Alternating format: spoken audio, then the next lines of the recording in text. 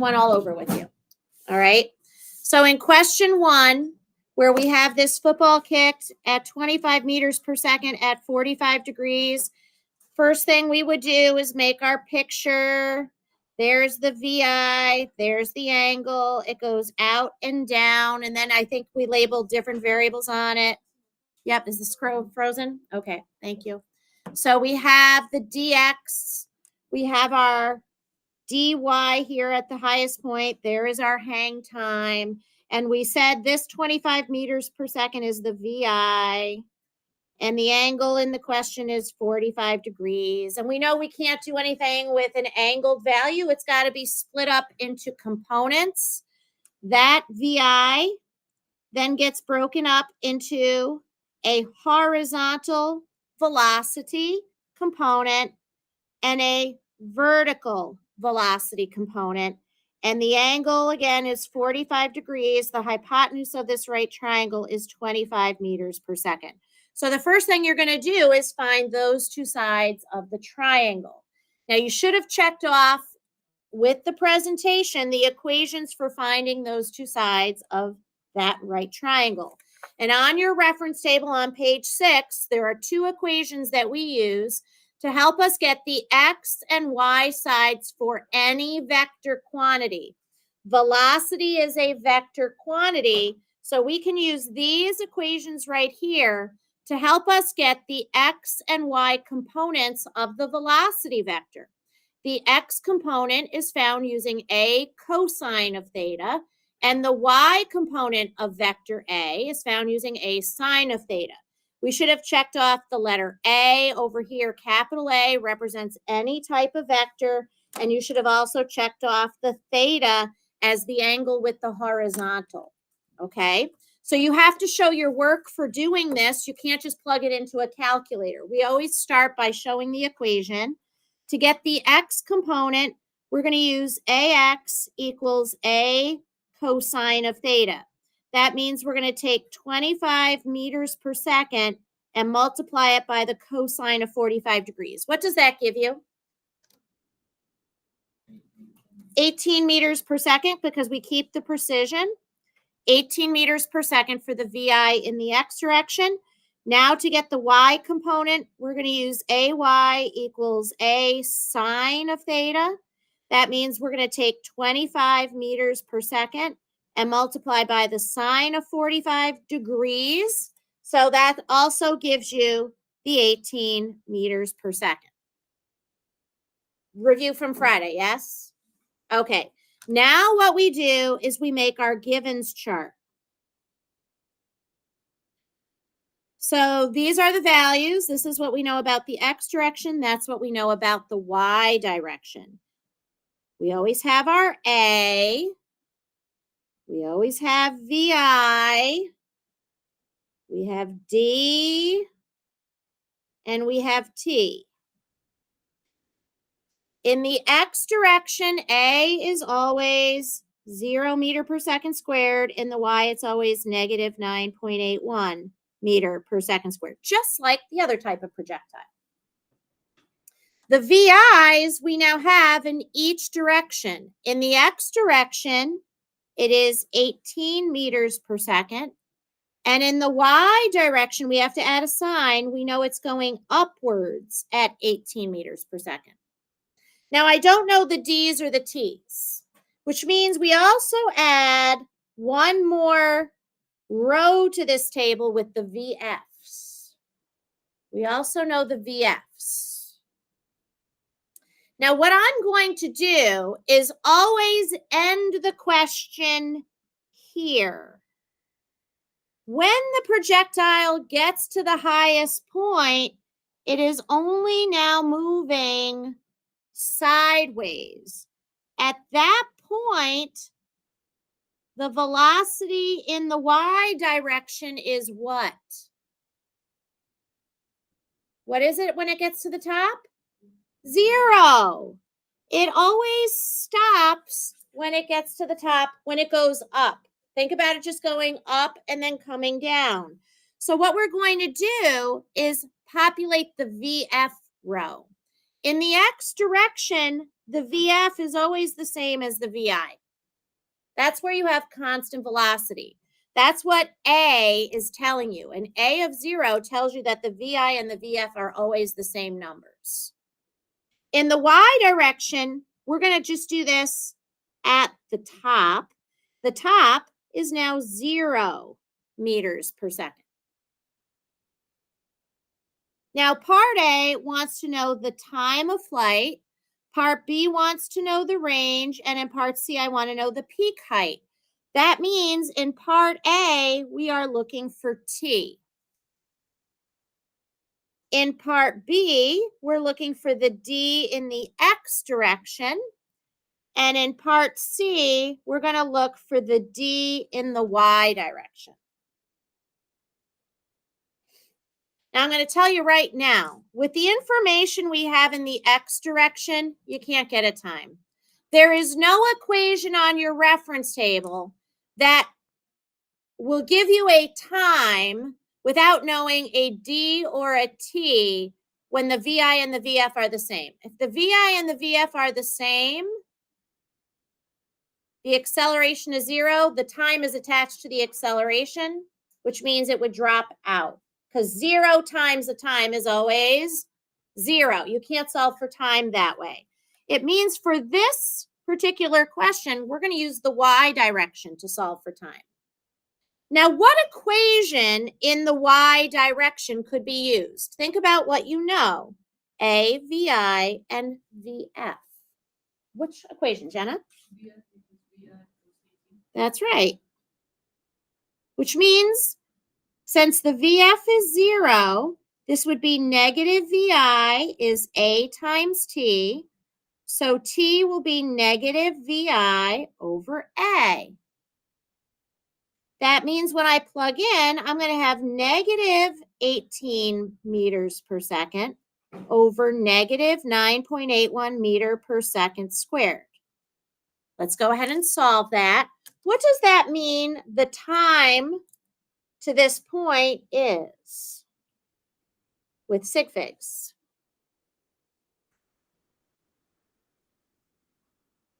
Can you tell me? Thamer, what'd you get? Okay, now that is not the time to here. Think about where we found the time to. Jace?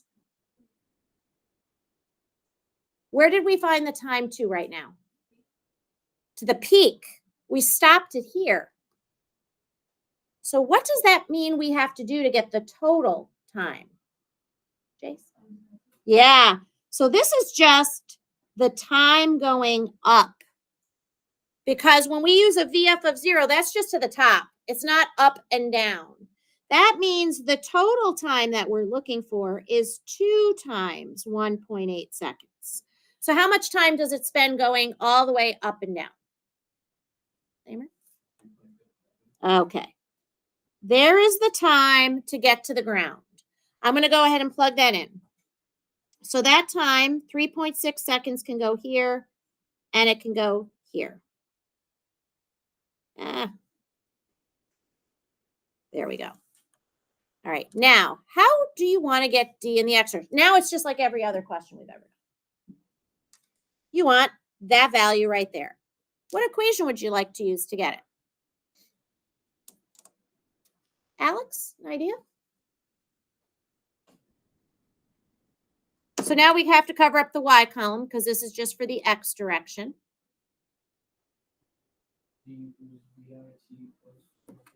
Sure.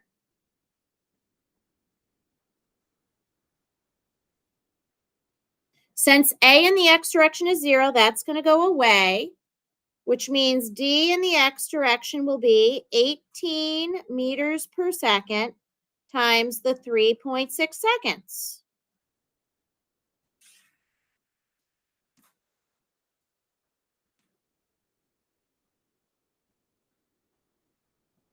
What does that mean the range of this projectile is? Ruben, can you tell me?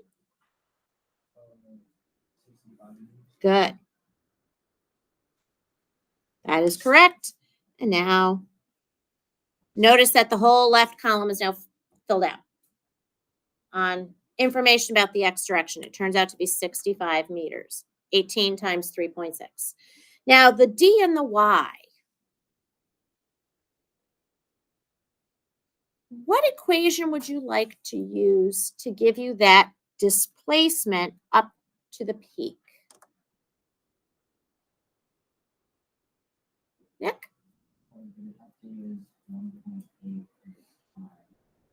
Okay, what equation would you like to use?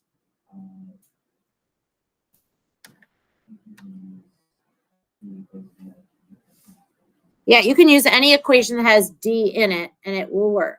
So let's use d is VIT plus 1/2 a t squared. Now, are any of the values we need in this equation 0? No, nothing drops out. But the trick is to remember where dy is. That ends here where the velocity was 0. That means the time to get there is just the 1.8 seconds. So when you solve this, you're not going to plug in 3.6. If you plug in the full 3.6 seconds, you're talking about it here. That is not where the vertical displacement arrow is. If you solve it to here, do you know what the vertical displacement is going to be? You should know the number. It's going to be 0 because it started on the ground and ends on the ground. So if you plug in the 3.6 seconds, you get a vertical displacement that's 0. You forgot to half the time. Use the half time, the time to get to the top. So let's go ahead and plug in. So this is positive 18 meters per second times 1.8 seconds plus 1/2 of negative 9.81 meter per second squared times 1.8 seconds squared.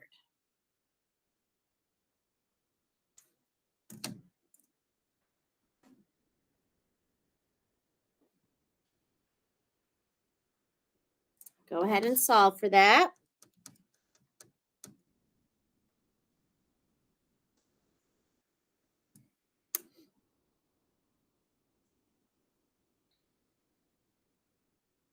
Giovanna, what'd you get? That's right. The vertical displacement is 17 meters with the two sig figs we need. Okay. Any questions on number 1? All right, let's keep going. Yep, Nick? It doesn't need to be because height is a scalar. Like when you go to the doctor's office and they measure your height, they don't record it as positive 5 feet 7 inches.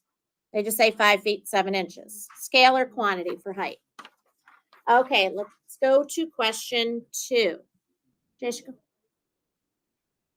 Yep. Is that better? Okay. Yeah. So number 2 says that we have a long jumper who is leaving the ground with an initial velocity of 12 meters per second at 28 degrees. Oh, let me get that refocused again. There we go. So first thing we want to do is find the time of flight, then the range, and then the peak height. What should we do first? What do we do? Make your sketch. Looks just like the last one. Show the parabola, VI, theta, T, dy, and dx. Where the VI is 12 meters per second, the angle theta is 28 degrees. Since we gave you the initial velocity, including its direction, you're going to have to break that up, redraw it into a right triangle with the components on the sides. There's your VI, there's your theta, there's your VIX, and there is your VIY. The VI, the hypotenuse, is 12 meters per second, and the angle in the question is 28 degrees. Now, you should know how to get these two sides of the right triangle. So I'm going to ask you what equations you should be using. Kiara, can you help me with the equation for VI in the x direction? What equation should we use to get that? Yep, AX equals A cosine of theta. That means we'll take 12 meters per second and multiply by the cosine of 28 degrees. Make sure you're in degree mode, otherwise your calculator gives you a really wacko answer. It's not the same in degrees as it is in radians.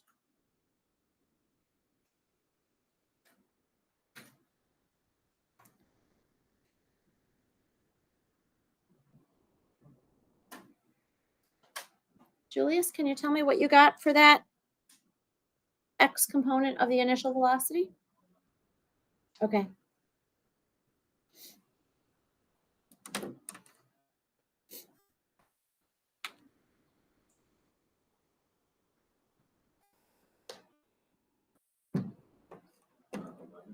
Yep, 11 meters per second would be correct.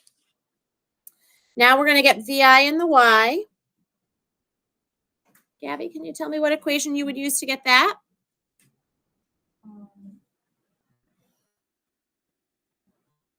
From your reference table?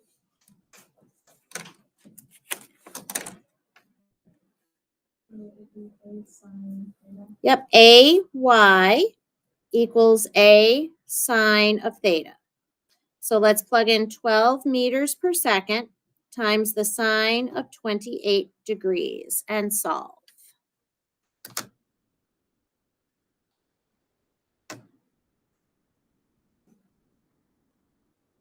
Jerry, can you tell me what you got? That is correct. 5.6 meters per second for the Y side of the triangle. All right, so now we're going to make our givens chart. Looks just like the last one, but we add a row. Bless you. A, VI, D, and T. And then we're going to have our VF. What is A in the X direction, Hora? Good.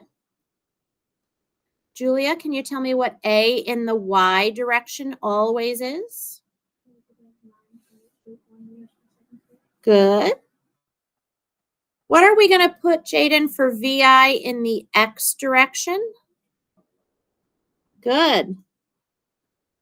Zoe, can you tell me what we're going to write for VI in the Y direction, please? And is that going up or down based on the way we drew the arrows in the triangle? Up. So we need to make sure it is positive. Everything in the Y direction will need a sign in here to make sure we know which way it's pointing. Now, we don't know either D value. Those are blank. We don't know it. We don't know the time value, but we do know the VFs. We do know the VFs. Matt, can you tell me what VF in the X direction is going to be? I'm sorry? No, not in the X direction, Jace. 11 meters per second. The component of the velocity never changes. These are components, not the angled amount. We never use the 12 meters per second in anything other than determining the two sides. That 12 will never be used again in the question after that. And now we have to come up with the VF and the Y. Remember, this is going to be at the top. Tran, what are we going to put for VF in the Y direction? That's right, 0 meters per second at the peak. Okay, part A. What are we asking you to find in part A, Jerry? Yep, T. What are we asking you to find in part B, Hora? When I say range, what does that mean? dx, very good. And Ruben, what am I looking for in part C? Peak height, D and the Y, very good. Which set of givens would you like to use, Nick, to help us get the time? X or Y? Yep. For this question, we're going to use the Y. Alex, can you locate an equation that will help us get the time using just the Y values, A, VI, and VF? Good. Again, since VF is 0, that means the time will be negative VI over A.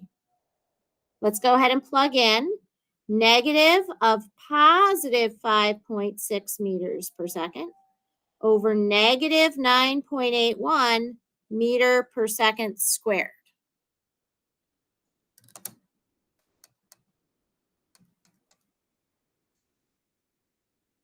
Kira, let me know when you have that time, please.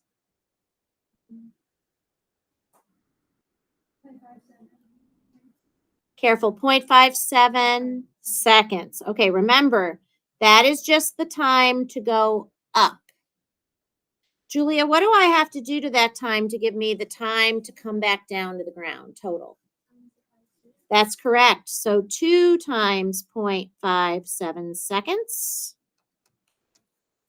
And Jaden, what's that going to give us for the time?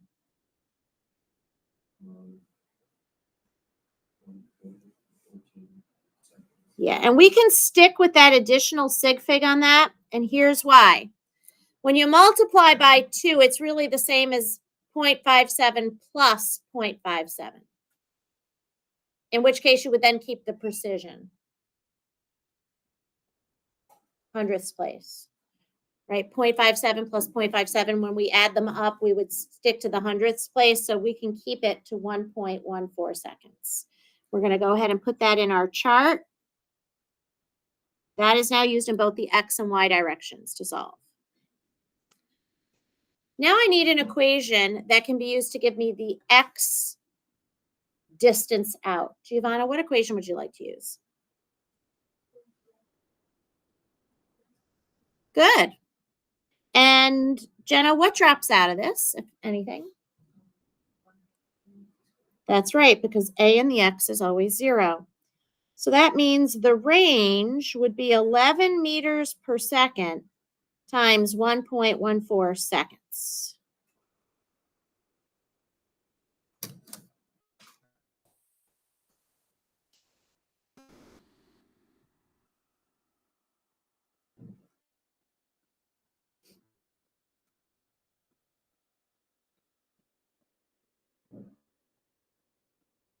Julius, let me know when you have that, please. 13 meters is correct with the 2 sig figs from the 11 meters per second. All right, now we're going to get our vertical displacement. Gabby, how would you like to do that?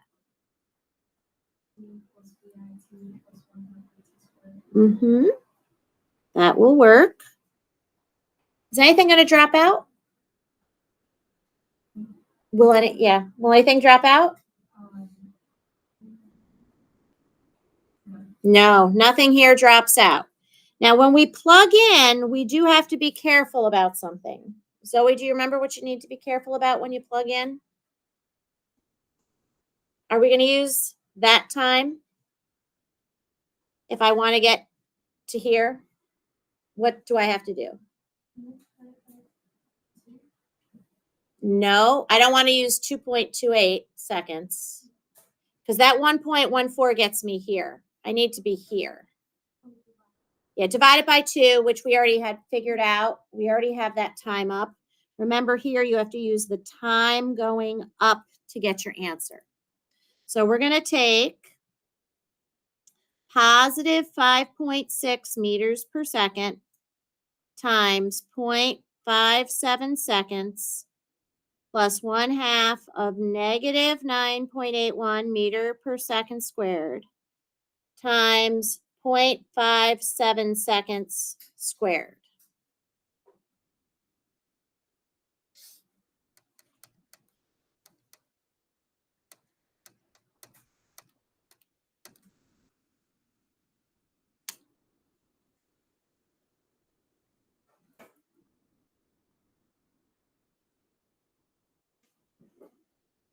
Matt, let me know when you have that height, please.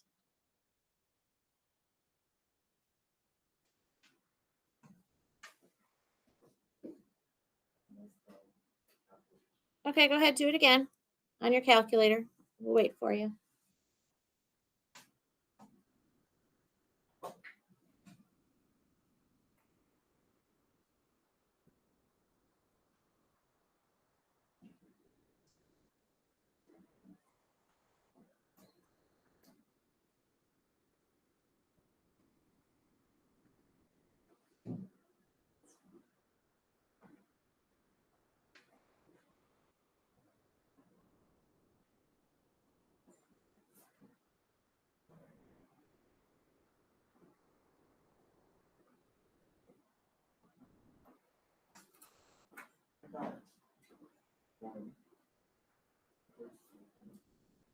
Yeah, that's not correct. So let's type this in together.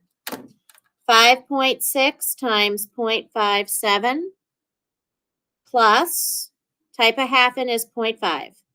0.5 times negative 9.81 times 0.57 squared. Hit enter. Is that what you get now when you type it in? You didn't type it in with me? Let's do it again. 5.6 times 0.57 plus, remember the half is the same as 0.5. 0.5 times negative 9.81 times 0.57 squared. Is that what you're getting on your screen now? Okay, so what's the height? 1.6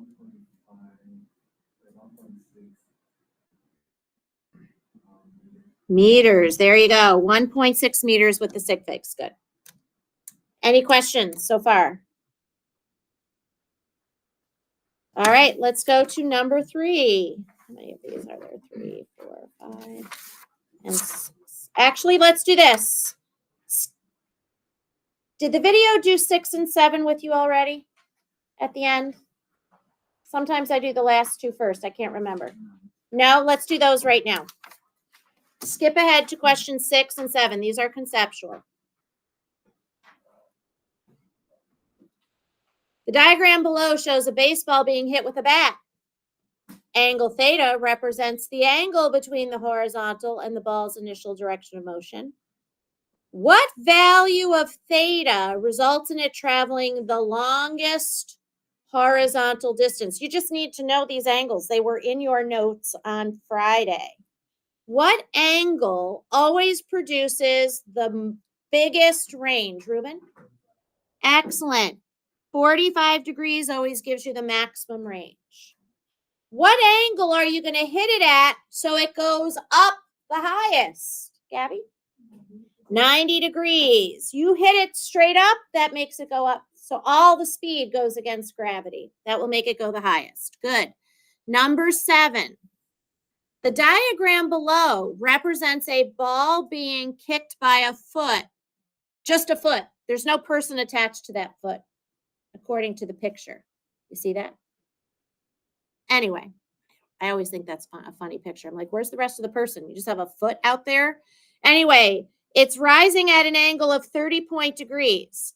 It was kicked at 5.0 meters per second. If the angle between the direction of the 5 meter per second and if this angle decreases from 30 to 20, what happens to the horizontal distance? What angle always makes it go out the furthest? Are we getting closer or further from 45? So what's going to happen to the range? It will decrease. That's correct.